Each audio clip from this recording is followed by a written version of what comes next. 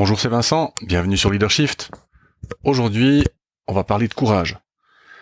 On va parler du courage de dire. Pourquoi est-ce qu'on va parler du courage de dire? Eh ben parce qu'on l'a pas. Parce qu'en général, on l'a pas. J'étais en cours hier chez un de mes clients favoris et j'ai la chance de pouvoir passer une bonne partie des collaborateurs en formation. Enfin, c'est un type de formation un peu particulier, mais bref. Et donc, c'était super intéressant, c'est un des groupes, c'était l'avant-dernier groupe, hein. J'ai 12 groupes donc ça fait du monde. Et c'était le 11e groupe, et je répète pas 11 fois la même chose, mais c'est vrai que ça pourrait être un petit peu répétitif, mais j'ai chaque fois des réactions différentes. Et ce groupe-là, c'était top, parce que j'avais vraiment un bon groupe, des gens qui participaient bien. En plus, c'était pas facile pour eux. C'était même le dernier groupe, je raconte une connerie, pardon. C'était le dernier groupe, donc c'était, on terminait vers 17h, donc c'est tard, il faisait chaud. Mais un bon groupe, ça discutait bien, ils étaient bien impliqués, et puis je leur ai dit, est-ce que vous avez des questions sur les outils qu'on a vus? On était parti de la gestion de conflits pour arriver comment faire pour prévenir les conflits, et donc vous voyez que je fais le lien avec courage de dire, comment est-ce que je peux dire des choses aux gens en prévention de conflits quand j'ai encore rien qu'un désaccord avec eux, et que ça peut encore être sauvé sans devoir faire appel à de la médiation ou de la négociation. Bon. Et il y en a un qui prend la parole et qui me dit, ouais, mais tu vois tout ça, moi je trouve que c'est cool, c'est super ce que tu nous amènes et tout, mais on le fera pas. Alors je dis, c'est sympa de me le dire maintenant, merci beaucoup. Puis comment ça se fait? En fait, il y a trop de risques, quoi. Moi, j'aurais pas le courage, quoi. Hein, parce que chacun, en fait, avait fait une liste des désaccords en cours qu'ils avaient avec des gens autour d'eux, et puis on a fait un petit exercice pour qu'ils identifient les sources de conflits potentiels, voire même peut-être les conflits latents déjà. Et il me dit, voilà, moi je me vois mal aller dire à cette personne, parce qu'il y a trop de risques. Et puis je me suis dit, bon, évidemment, il a raison. Enfin, s'il le dit, s'il le pense, s'il le sent, c'est qu'il a raison. Donc, de toute façon, j'ai pas à contredire ça. Et donc, qu'est-ce qu'on fait?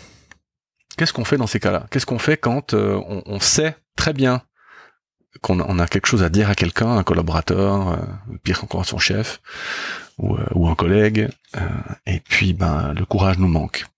Et donc on le fait pas. Et ça peut arriver que ça empire, que la situation se dégrade, et puis on aura peut-être même des regrets. Donc pourquoi est-ce que j'ai cette peur de dire? Pourquoi est-ce qu'il me manque le courage de dire? Et ça manque en particulier, j'ai beaucoup de managers qui, plutôt que dire à leurs collaborateurs des choses qui sont évidentes, des choses qui doivent être dites, des choses qui sont au début qui sont simples, ils les disent pas. Et puis ça leur pose des problèmes plus tard, parce que quand on manque de faire un feedback correctif, par exemple, à un collaborateur,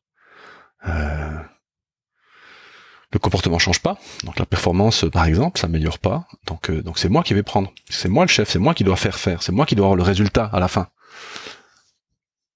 Et donc c'est moi qui prends. Et je parle par expérience, puisque ça m'est arrivé. C'est pour ça que je peux en parler, dans le sens, je suis aussi coupable, votre honneur, j'ai pas fait, j'aurais dû, mais j'ai pas fait. Et en réfléchissant à ça, je me suis dit,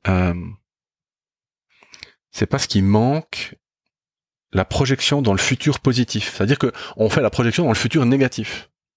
C'est-à-dire, mais si je dis ça, ça va empirer la situation. Si je dis ça, je vais perdre mon job. Si je dis ça, on va plus être amis. Si je dis ça, ma femme va divorcer. Si je dis ça, bon. Et donc, on a une projection dans le futur négatif. Alors, la première chose que je pourrais vous dire, c'est faites une projection dans le futur positif. Ça veut dire, ok, quelque part, mon anxiété me fait générer les éléments du futur négatif, c'est très bien, je les note, je fais une petite liste, hein, tac, tac, tac, je mets 4-5 éléments, très bien.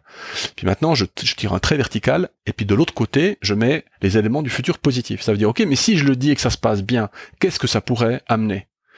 Et je fais ma liste. Et alors pour les anxieux, c'est difficile cette liste, hein, mais voilà, forcez-vous un petit peu, hein. Et puis, voilà. Est-ce que ça contrebalance, au moins partiellement, ma vue initiale des choses, mon futur négatif? Est-ce que mon futur positif me permet de le faire?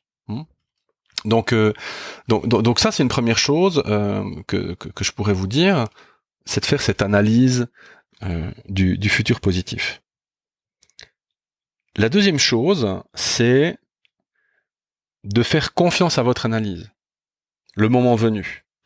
Et on en a déjà un petit peu parlé quand il s'agit de changement, en fait. C'est-à-dire que vous devez faire confiance et vous devez faire ce qu'en termes policiers ou militaires, on appelle une décision réservée.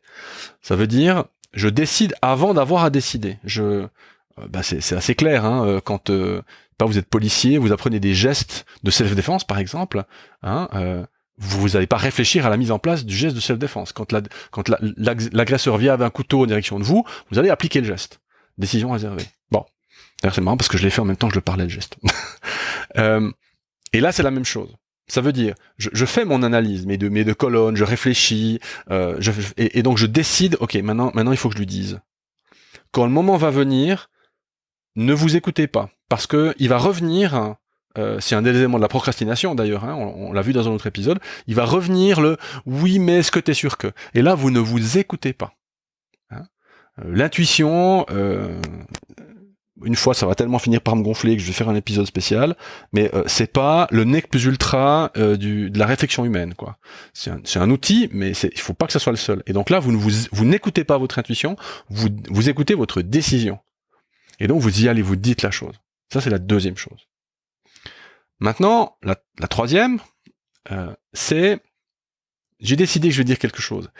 Et c'est là où il y a souvent la confusion qui se fait. Que j'ai décidé de dire quelque chose, c'est bien, mais maintenant, je dois préparer comment je vais le dire. Et là, vous me voyez venir, hein, puisque on se pratique un petit peu maintenant. Je dis pas qu'il faut faire un feedback, mais préparez les éléments de ce que vous allez dire. Préparez les faits, préparez des choses, des messages, des ressentis que vous avez. Hein, on appelle ça des messages je. Quand tu dis cela, voilà comment je me sens. Pour mettre toutes les chances de votre côté, pour que ce que vous avez à dire passe le mieux possible. Et vous serez surpris, comme beaucoup de personnes en fait, sont sensibles à la qualité du discours, aux mots que vous allez utiliser, à l'authenticité dont vous allez faire preuve, à l'énergie que vous allez mettre dans cette chose-là. Beaucoup de gens vont y être très attentifs et vont y être très sensibles. Et donc le message va passer. Et ça, c'est quelque chose qu'on prend pas en compte. Parce que vous voyez, qu'est-ce qui se passe ? Si vous prenez, et c'est peut-être la dernière chose que je dirais dans cet épisode, quand je prends des événements dans ma vie privée ou professionnelle qui restent, hein, on appelle ça la salience, hein, ce qui me reste, la mémoire fonctionne en particulier avec ce principe-là. Eh bien, il me reste pas les choses que j'ai dites où ça a marché, parce que les gens vont pas forcément réagir hyper super bien en disant ouais c'est trop génial comme t'es, vraiment c'est cool. Ils vont dire merci, ils vont peut-être dire mais il n'y a pas de réaction, d'énorme réaction. Et donc on aura tendance à ne pas se souvenir de comment ça s'est bien passé. Alors que quand vous avez à contrario quelque chose qui s'est mal passé, vous avez dit quelque chose, il y a eu une catastrophe, il y a eu comme un jeu de domino, hein, il commence à tomber les uns derrière les autres, un jeu de cascade, alors là on s'en souvient. Parce que cette salience a marqué ma mémoire et donc certaines de mes réactions. Et donc c'est pour ça que vous pouvez vous faire confiance. Quand vous avez quelque chose à dire, vous pouvez vous faire confiance. Dans le sens, j'ai réfléchi, numéro 1. Numéro 2, je me suis préparé. Numéro 3, je vais y aller. Et donc vous pouvez vous faire confiance puisque votre échantillonnage en mémoire est biaisé, en fait. Et puis alors, la dernière, qui sera vraiment la dernière, je vous promets, j'ai découvert récemment une chose qui s'appelle l'analyse contrefactuelle. Alors c'est rien de compliqué, le mot est compliqué comme toujours, je sais pas pourquoi. On fait des analyses a posteriori, on dit voilà, j'ai décidé ça, il s'est passé ça. Et dans un cas comme celui que je viens de raconter, c'est j'ai dit ça, voilà ce qui s'est passé. Mais qu'est-ce qu'il aurait pu se passer d'autre ? Donc qu'est-ce qui n'a pas été factuel, contrefactuel ? J'ai dit ça, mais qu'est-ce qu'il aurait pu se passer d'autre ? Ou bien si je dis une chose différente, est-ce qu'il aurait pu se passer quelque chose de différent ? Et peut-être qu'en fait, même en disant quelque chose de différent, la situation aurait quand même dégénéré. Donc, vous voyez, il n'y a pas de lien de cause à effet entre ce que j'ai dit et ce qui s'est passé. L'histoire que je vous ai racontée est pas exacte. Et donc ça, c'est l'analyse contrefactuelle, c'est de revisiter certaines expériences dans le passé qui vous ont peut-être rendu plus anxieux, plus prudent dans ces choses-là, et puis dire mais finalement, est-ce que c'est vraiment ce que j'ai dit qui a provoqué ça ? Est-ce qu'il n'y a pas un autre facteur ou d'autres choses, hein? C'est presque un peu une manière de réécrire l'histoire finalement, mais c'est aussi quelque chose qu'on fait. D'ailleurs, je vais en parler dans un cours que je vais mettre sur pied, qui s'appellera peut-être d'ailleurs le courage de dire. Peut-être. Je viens de réaliser maintenant que c'est peut-être pas forcément le pire des titres, où on parlera de réévaluation cognitive. Et vous voyez que ça a un lien avec ce que je viens de dire, c'est je vais réévaluer certaines situations pour peut-être en tirer d'autres conclusions que celles que j'ai tirées dans le passé, hein. Et donc ça, c'est un mécanisme qui est très positif pour justement positiver ou trouver des éléments intéressants dans une situation que j'ai par exemple mal vécue. Et donc qui pourrait bloquer maintenant mon courage de dire. Voilà, donc le courage de dire, prenez-le, faites-vous confiance quand vous l'avez décidé, hein, analysez, préparez, allez-y et faites-vous confiance. Je suis convaincu qu'il faut qu'on se dise les choses.